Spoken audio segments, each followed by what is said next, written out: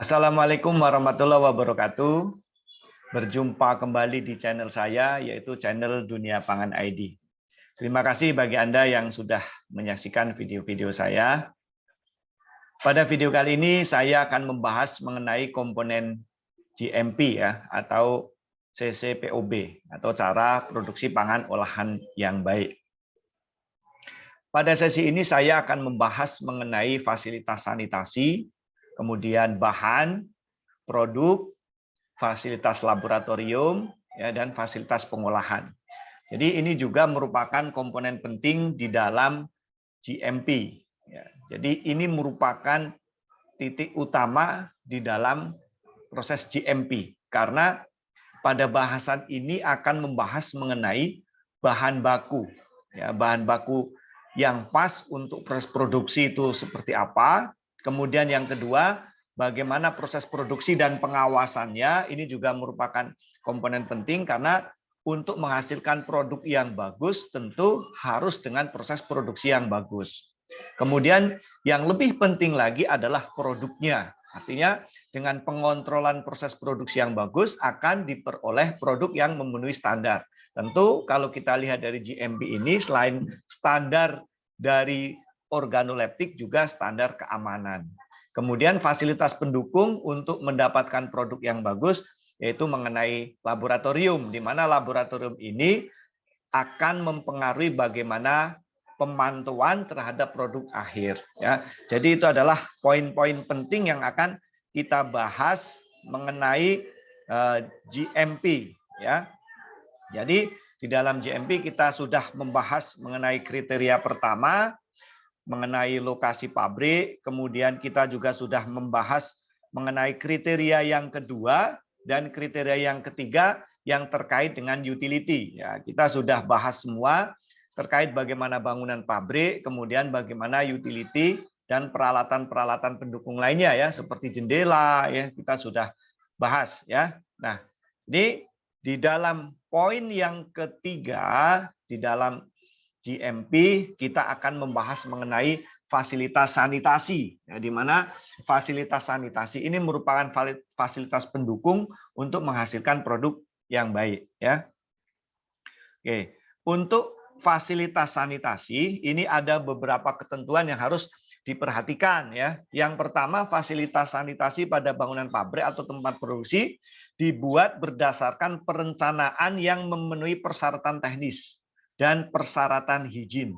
Jadi untuk bangunan sanitasi di dalam proses produksi atau tempat produksi juga harus memenuhi persyaratan teknis dan persyaratan higien. Ya, jadi kalau persyaratan teknis tentu berkaitan dengan bangunan, ya, bagaimana bangunannya, bagaimana kondisinya. Sementara persyaratan higien akan mengatur di mana letaknya, ya, kemudian bagaimana kondisi di dalamnya, ya, jenis saniter yang digunakan itu sangat menentukan. Nah, ini yang akan kita bahas satu-satu. Yang pertama adalah terkait dengan sarana penyediaan air, ya.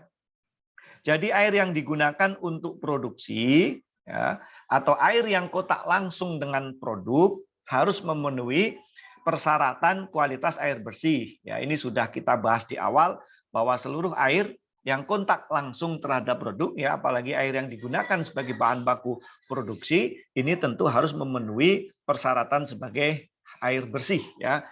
Nah, kemudian yang kedua, ya,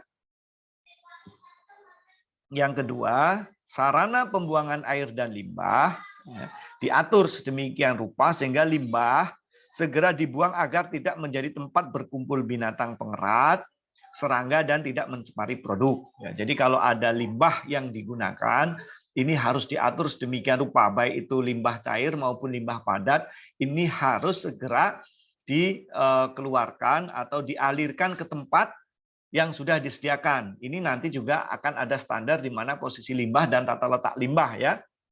Nah, jadi kalau kita menggunakan bahan baku termasuk di dalamnya menggunakan air, yang harus diperhatikan pada saat air yang digunakan untuk mencuci setelah selesai proses, maka air itu harus mengalir ke tempat pembuangan dan harus segera dikeluarkan supaya tidak terjadi genangan, ya, karena air ini akan menyebabkan kontaminasi. Ya, demikian juga dengan limbah produksi. Ya. Nah, untuk tingkat IKM ini bisa dilakukan, ya, bisa dilakukan. Boleh dilakukan dengan pembuangan limbah kontinu, ya. Limbah kontinu yang saya maksud di sini, setiap sekali proses maka langsung dipisahkan antara bahan baku dan limbah, atau antara bahan baku, limbah, dan produk. Nah, jadi kita bisa menyediakan tempat, ya, misalnya wadah, ya, untuk limbah, jadi langsung dipisahkan. Setelah selesai dilakukan preparasi atau setelah dihasilkan limbah, kemudian harus diangkat atau dibuang atau dipindahkan. Kalau secara kontinu, limbah dialirkan, ya, harus limbah dialirkan atau dibuang secara kontinu ke tempat yang sudah disediakan, ya. Jadi terus begitu ada limbah buang, ada limbah buang, ya. Ini bisa dilakukan dengan sistem mengalir, ya, bisa menggunakan conveyor sederhana. Bisa juga kita menggunakan pembuangan limbah sistem tipe batch, ya. Artinya begini, kita melakukan preparasi, kemudian kita melakukan produksi, setelah itu akan dihasilkan limbah. Nah, misalnya saja pada produk misalnya tempe atau tahu, ya, atau IKM tahu.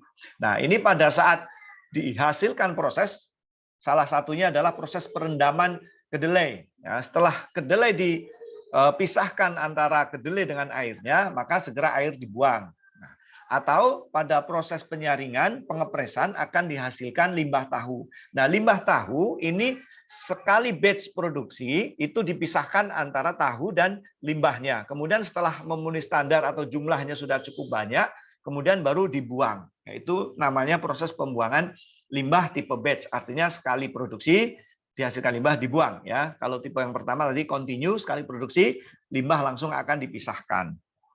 Nah, proses pembuangan limbah ini harus diperhatikan supaya tidak terjadi pencemaran, ya, pencemaran.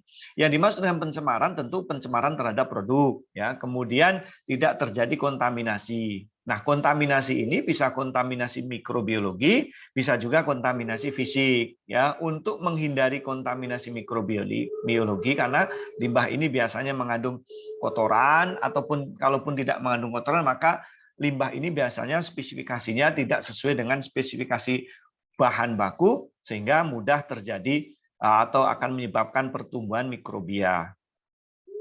Nah, kemudian berikutnya harus berkaitan dengan sarana pembersih dan pencuci. Ya, jadi tergantung dengan kebutuhan, ya. Misalnya kalau kita IKM harus disiapkan sapu, pengepel, jadi setiap beberapa jam habis proses produksi langsung disapu, kemudian dibersihkan kembali, ya. Atau misalnya pembersihan dilakukan sebelum proses produksi dan pertengahan proses produksi, atau pembersihan dilakukan di pertengahan dan di akhir. Jadi sangat tergantung dengan keputusan Bapak Ibu sebagai pengelola, ya. Tetapi biasanya kalau di pabrik sudah memiliki beberapa standar pembersihan. Ya, biasanya ada penjadwalan kebersihan, kemudian yang kedua ada personil yang melakukan validasi terhadap kebersihan. Nah, kemudian ada sarana toilet, ya. Toilet juga harus diperhatikan. Yang paling penting adalah posisi di mana toilet itu berada, ya. Kemudian di dalamnya fasilitas-fasilitas toilet juga harus diperhatikan. Salah satunya ketersediaan air bersih untuk sanitasi di toilet, ya. Kemudian ada tidaknya tempat cuci tangan, ini juga menentukan. Nah, berikutnya sarana untuk izin karyawan, ya. Sarana untuk izin karyawan misalnya salah satunya adalah tempat untuk ganti baju, ya, ini juga harus disediakan. Misalnya untuk ganti sepatu, ya, misalnya sepatu yang digunakan dari rumah terus kemudian akan diganti untuk sepatu produksi, ini juga harus disediakan. Nah, biasanya juga ada penyemprotan desinfektan untuk masuk ke tempat produksi, ini juga harus disediakan supaya tidak terjadi kontaminasi. Ini juga diatur, ya, bagaimana bentuknya, bagaimana jaraknya, kemudian posisinya. Nah, kemudian sarana pembersih atau pencuci. Jadi pabrik harus memiliki sarana yang cukup, ya, dan fasilitas sumber air panas untuk melarutkan sisa lemak dan tujuan desinfeksi peralatan. Ya, ini sebenarnya tergantung dengan jenis industrinya, ya. Ada industri yang perlu menggunakan sabun di dalam proses pencucian. Ini misalnya pada industri-industri yang melibatkan bahan yang tidak larut air, ya, misalnya lemak, ya, banyak menggunakan margarin. Ini juga tentu perlu menggunakan sabun, ya, menggunakan desinfektan, menggunakan air panas di dalam proses kebersihan. Ini juga harus diperhatikan bahwa sabun yang digunakan untuk proses pencucian peralatan ini harus menggunakan sabun yang tidak berbahaya, ya, harus menggunakan sanitizer yang tidak berbahaya. Nah, berikutnya ada sarana toilet, ya.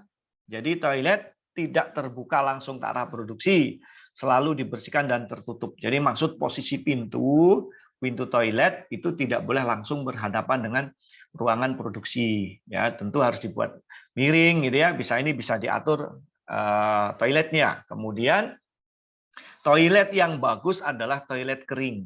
Ya, jadi ada toilet kering. Nah, ini adalah toilet yang sesuai standar, artinya toilet yang harus dijaga kebersihannya, kemudian kondisinya juga harus selalu tertutup, ya, sehingga pintu toilet sebaiknya juga pintu yang dilengkapi dengan penutup otomatis.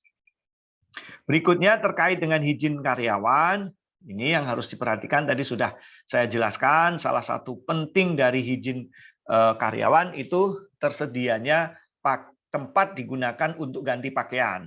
Nah, ini merupakan fasilitas yang penting karena biasanya karyawan menggunakan pakaian selama perjalanan dan pakaian dari rumah, kemudian sampai di pabrik harus diganti, ya. Nah, bagaimana tempat menggantinya, bagaimana penyimpanan baju yang digunakan untuk produksi ini juga penting. Nah, selain itu, ya, juga harus disediakan tempat pembilas alas kaki sebelum masuk ke ruang produksi, ya. Jadi harus disediakan sekali lagi tempat pembilas sepatu atau alas kaki. Ini tujuannya digunakan untuk mencegah apabila terjadinya adanya kotoran, ya, kotoran yang lengket, ya, di kaki, ya, di alas kaki, sehingga akan mencemari produk. Nah, beberapa produk tertentu, terutama produk-produk yang sensitif terjadinya kontaminasi mikrobiologi, maka biasanya perlu dilakukan desinfektasi pada sepatu, ya, misalnya mencelupkan ke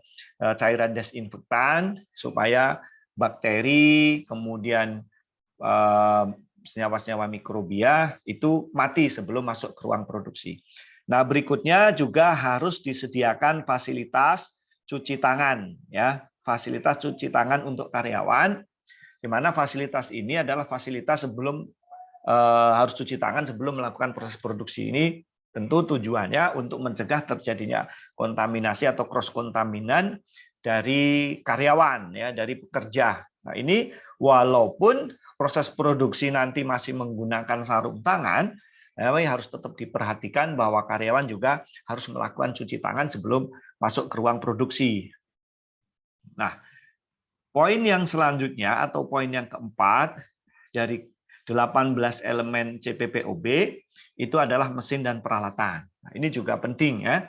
Ada beberapa hal yang harus diperhatikan terkait mesin dan peralatan yang digunakan untuk proses produksi.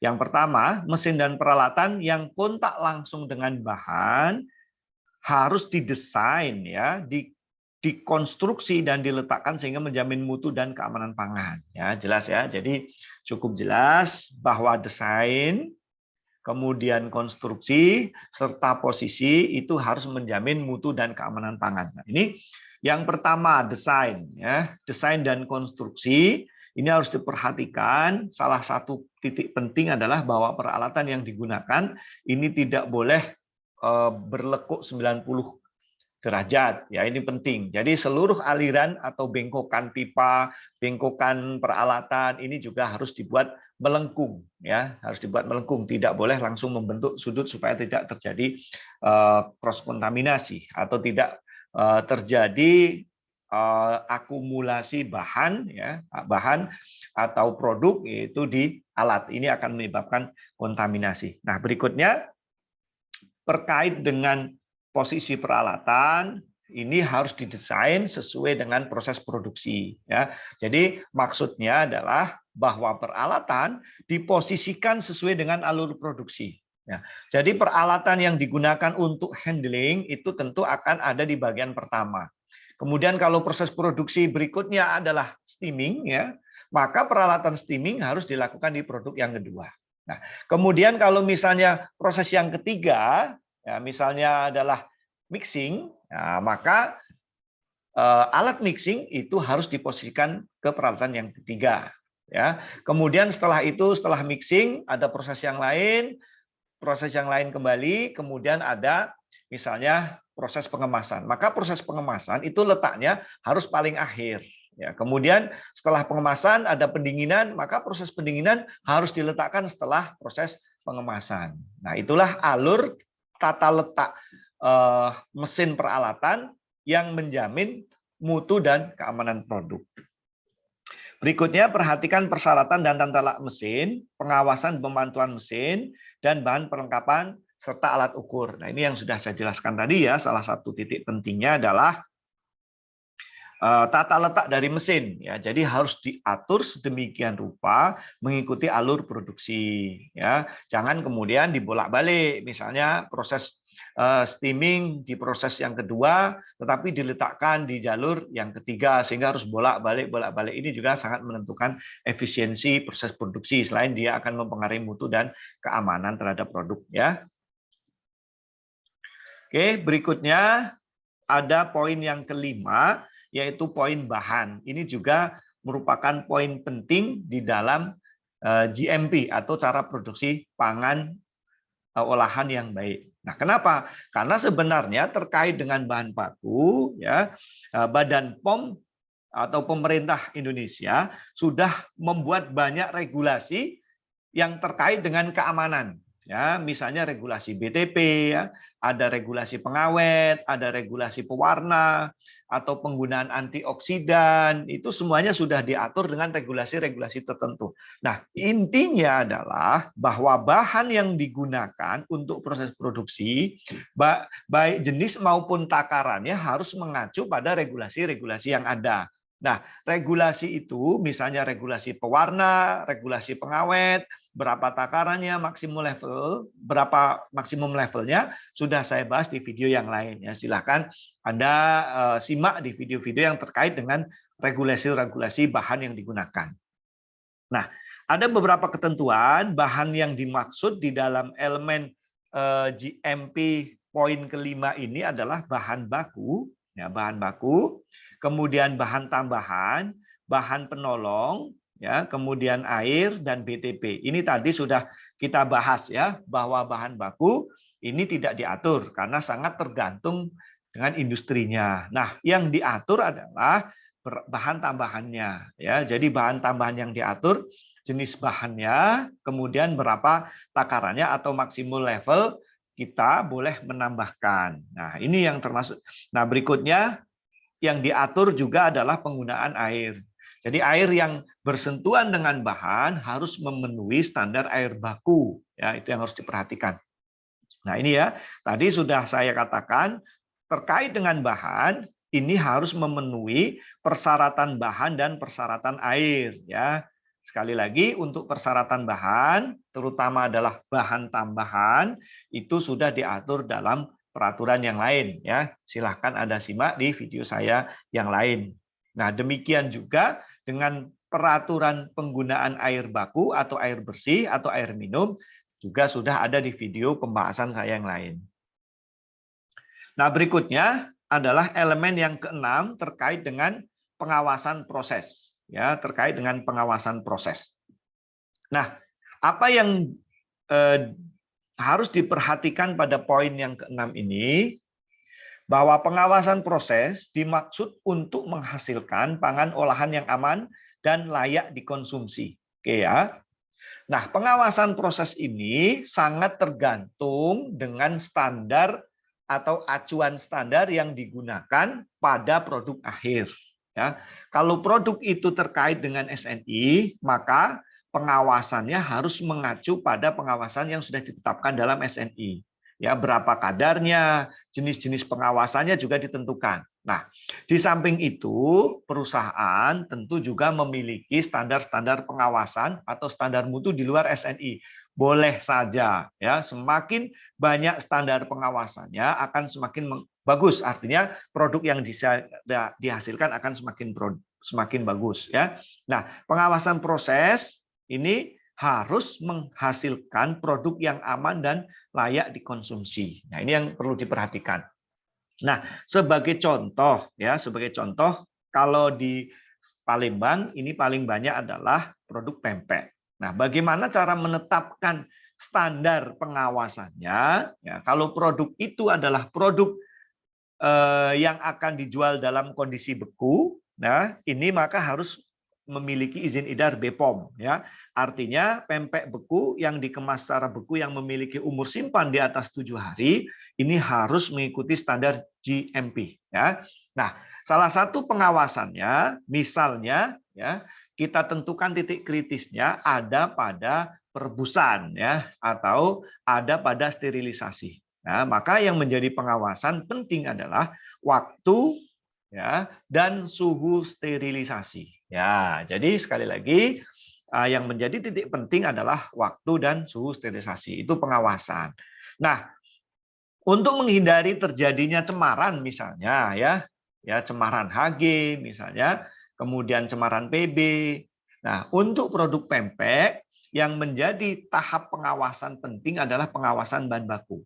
Di mana pengawasan bahan bakunya? Yaitu terletak pada ikan yang digunakan. Ya, jadi kalau produk pempek, kalau pengawasan bahan bakunya bagus, sudah sesuai standar, maka cemaran kimianya pasti bisa ditanggulangi. Ya, sementara cemaran mikrobiologi dan umur simpannya terletak pada proses pengawasan yang lainnya. Itu apa? Proses pengawasan pada tahap sterilisasi. Ya, kalau sterilisasi komersial ini adalah pada suhu 121 atau 121 derajat Celcius pada tekanan 15 atm pada waktu 15 menit ya. Ini yang menjadi acuan sterilisasi komersial.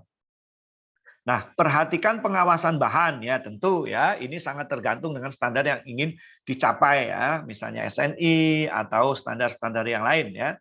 Nah, misalnya kalau kita ingin melakukan pengawasan terhadap produk pada kerupuk misalnya ya, pada kerupuk atau kemplang yang paling banyak. Nah, di mana titik pengawasannya? Tentu yang pertama adalah pengawasan bahan baku ya, bahan baku, terutama apa pada ikannya.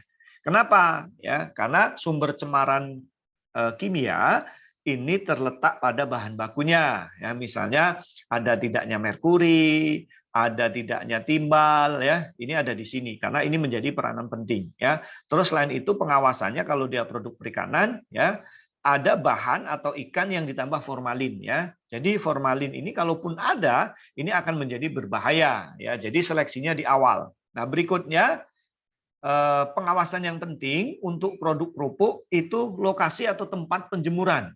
Ya, jadi lokasi atau tempat penjemuran. Jika tempat penjemurannya dekat dengan jalan raya, maka proses penjemurannya harus ditutup.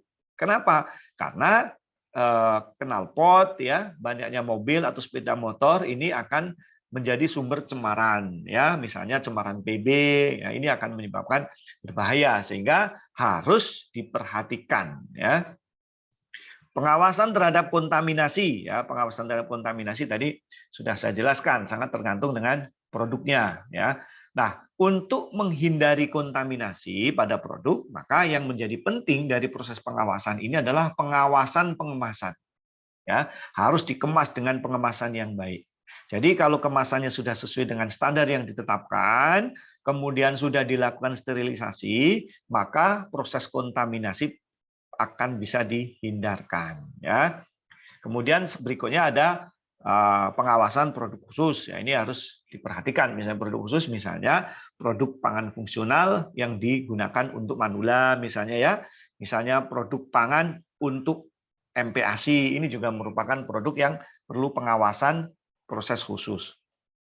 Nah, ini yang menjadi titik penting di dalam proses kontrol ya. Yang pertama adalah incoming raw material inspection, pemeriksaan atau inspeksi terhadap bahan datang, terutama raw material. Kemudian proses inspeksi Ya, jadi inspeksi itu sebaiknya dilakukan di 3 tahap atau 3 tempat. Yang pertama adalah inspeksi terhadap bahan baku. Tadi sudah saya jelaskan perlunya untuk apa. Ya, salah satunya digunakan untuk menghindari terjadinya cemaran dari bahan bawaan. Ya, misalnya ada residu pestisida. Ini kontrolnya ada di tahap awal.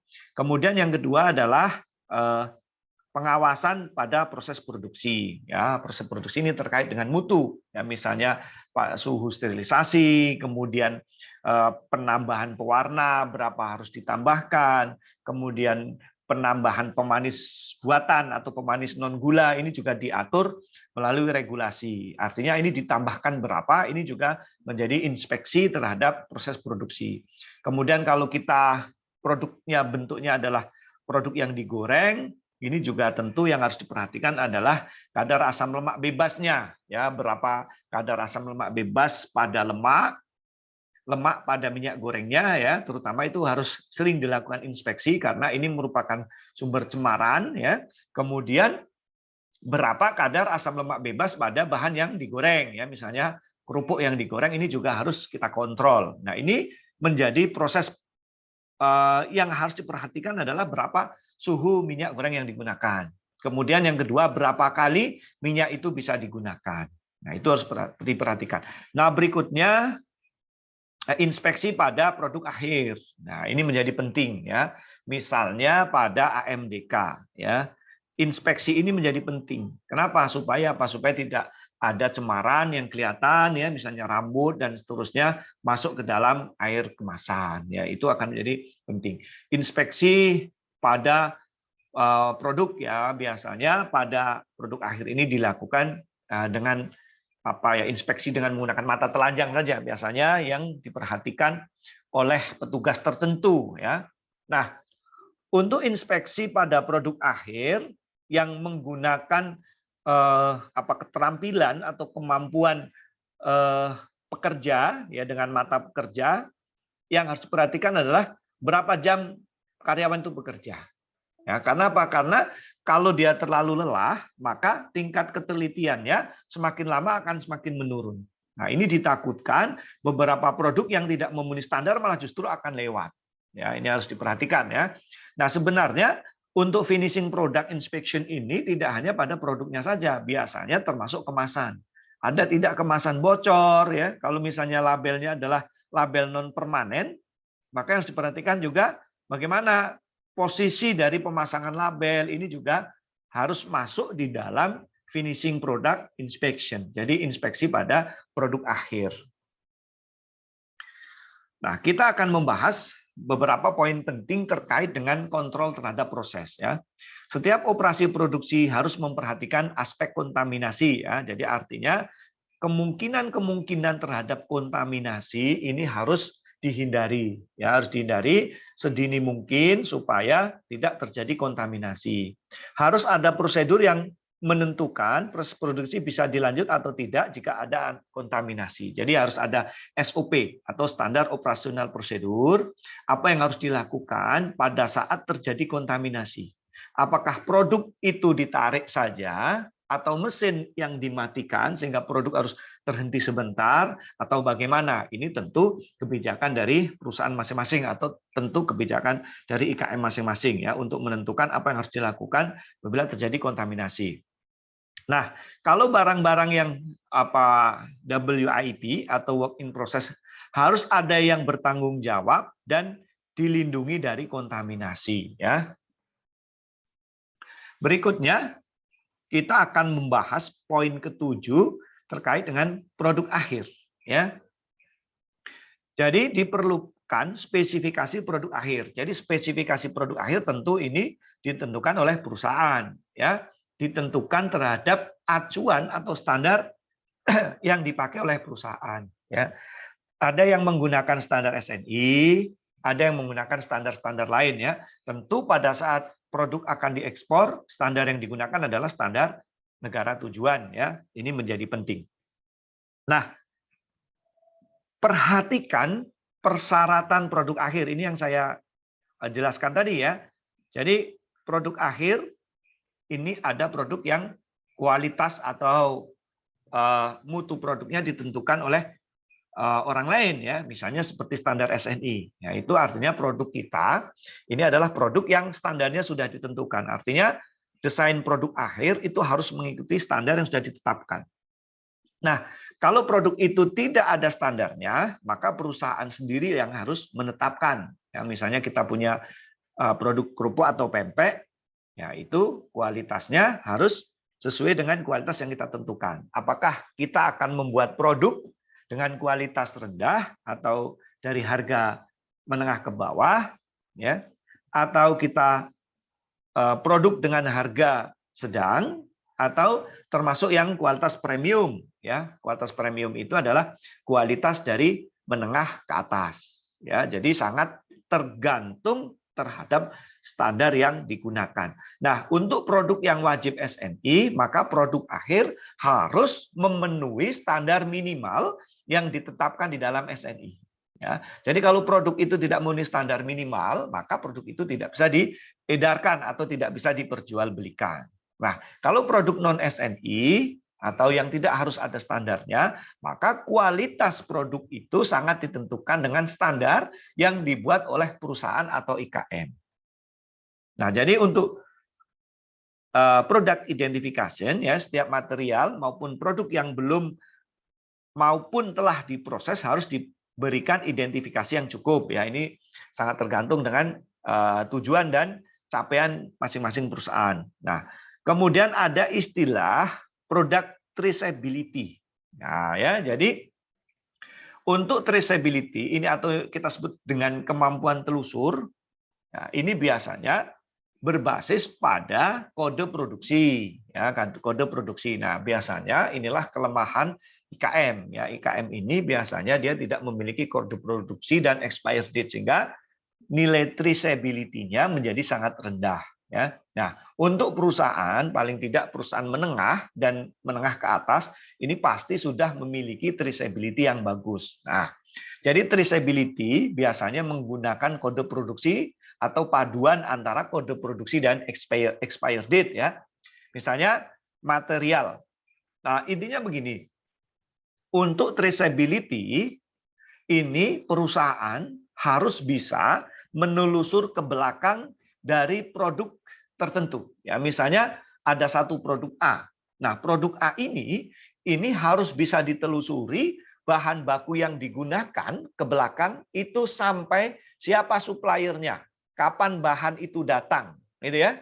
Kemudian siapa yang ngambil dari gudang, ya itu bisa ditelusuri. Kemudian siapa yang melakukan pencampuran terhadap produk itu bisa ditelusuri. Kemudian kapan produk itu di steam itu juga bisa ditelusuri. Kapan produk itu ditambahkan pewarna, kapan produk itu dikemas. Nah, itulah yang dimaksud dengan traceability berdasarkan pada kode yang tertera di dalam kemasan. Ya, biasanya seperti itu. Nah, ini fungsinya apa? Fungsinya kalau ada produk yang tidak memenuhi standar dan harus di-recall, maka kita bisa mengidentifikasi sebenarnya produk mana saja yang harus ditarik dari pasaran. Ya, jadi kalau tidak ada data ini, pada saat ada produk yang gagal atau produk ini harus di-recall, maka seluruhnya harus kita recall. Nah, ini tentu akan menyebabkan perusahaan rugi besar.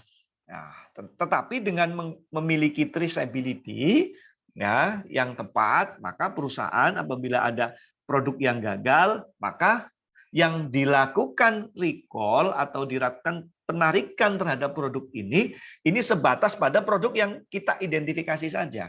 Ya, jadi produk ini diproduksi kapan, kisarannya jam berapa sampai jam berapa, siapa petugasnya, kemudian dari catatan distribusi itu didistribusikan kemana saja. Nah, yang kita recall, yang kita tarik, itu adalah produk-produk yang diproduksi pada jam yang kisaran yang sama, ya, sehingga tidak perlu dilakukan recall semuanya, ya. Nah, inilah salah satu traceability, ya, biasanya ditelusuri berdasarkan identifikasi material, ada tanggal, supplier dan jenis. Bisa juga dari identifikasi proses, ya, misalnya mesin, operator. Jadi produk ini diproduksi ini biasanya untuk perusahaan yang memiliki line mesin yang banyak. Ya, misalnya ada line A, line B, line C, ya. Maka bisa diidentifikasi, ya, kapan atau siapa petugasnya, itu juga bisa diidentifikasi dari kode lainnya. Kemudian ada identifikasi proses, kemudian ada inspeksi QC, supervisornya siapa, dan seterusnya. Ya, jadi inilah yang dimaksud dengan traceability product. Nah, ini yang saya ceritakan tadi. Nah, sekarang ya banyak teknologi dengan barcode. Kemudian ada juga teknologi QR code, ya. Ada juga 2D code, ya. Nah, ini dengan metode-metode ini sangat menguntungkan. Kenapa? Karena kita bisa memberikan barcode tertentu pada produk kita. Nah, dari barcode ini kita bisa menentukan atau kita bisa menyimpan data-data tertentu dari barcode itu. Ya, tentu nanti dari barcode ini seluruhnya bisa terrecall. Ya, jadi tadi ada metode berdasarkan kode produksi untuk traceability-nya, tetapi ada juga berdasarkan atau berbasis barcode. Ini juga cukup menguntungkan. Ya, jadi barcode ini bisa menyimpan berbagai kode atau jenis kode yang kemudian termasuk adalah kode produksi, tanggal produksi, siapa petugas dan lain sebagainya bisa disimpan dari dengan menggunakan berbasis kode atau barcode. Ya, ini keuntungannya untuk berbasis QR code atau barcode tentu tidak bisa diketahui oleh pihak lain. Jadi yang tahu hanya perusahaan saja. Jadi kerahasiaannya sangat terjamin dibanding dengan menggunakan metode-metode yang lain. Nah, berikutnya ada elemen pendukung adalah elemen laboratorium. Ya, ini adalah elemen yang penting untuk menjaga stabilitas mutu sebagaimana mutu yang sudah ditetapkan baik berdasarkan mutu SNI maupun mutu internal perusahaan, ya. Jadi adanya laboratorium memudahkan industri untuk mengetahui dengan cepat mutu bahan dan produk, ya, dibanding dengan kalau kita menggunakan laboratorium eksternal. Ya, jadi bahan tadi atau produk harus kita kirim ke laboratorium luar sehingga harus memerlukan waktu. Nah, kalau kita punya laboratorium internal itu akan sangat mudah, ya. Nah, jika kita memiliki laboratorium internal, ya ini biasanya untuk perusahaan besar, ya. Kalau tingkat IKM tidak, ya. Ada beberapa IKM yang pernah saya kunjungi memiliki laboratorium, ya, biasanya untuk AMDK, ya, walaupun laboratoriumnya minimalis, ya, laboratorium yang hanya digunakan untuk beberapa uji, misalnya total padatan terlarut, ya, kemudian untuk uji mikrobiologi sederhana, ya. Nah, untuk kepemilikan laboratorium yang harus diperhatikan adalah aplikasi GLP-nya, ya, Good Laboratory Practices. Nah, kemudian bagi yang tidak memiliki lab dapat menggunakan lab pemerintah atau lab yang terpercaya. Nah, yang harus diperhatikan apabila kita menggunakan lab dari pihak ketiga adalah apakah lab yang sudah digunakan itu sudah terakreditasi. Nah, kemudian yang harus diperhatikan kembali bahwa proses akreditasi lab itu sangat tergantung dengan uji. Jadi bukan laboratoriumnya, tetapi ujinya. Makanya kalau kita akan mengujikan produk-produk tertentu untuk SNI atau untuk surveillance, itu harus diperhatikan apakah lab yang kita gunakan adalah lab yang terakreditasi atau tidak. Nah, jadi itulah penjelasan saya mengenai produk, ya, kemudian mengenai fasilitas sanitasi, kemudian produk akhir dan laboratorium. Nah, ini merupakan poin yang penting di dalam aplikasi GMP. Nah, jadi terutama bagi Anda yang ingin mendapatkan ya sertifikat GMP ini yang harus menjadi hal penting yang harus diperhatikan supaya produk yang dihasilkan adalah produk yang aman. Nah, demikian penjelasannya. Terima kasih atas perhatiannya. Jadi simak di video lanjutan mengenai GMP, ya, karena ada 18 poin yang harus saya kupas, ya. Demikian videonya. Saya ucapkan terima kasih sekali lagi. Assalamualaikum warahmatullahi wabarakatuh.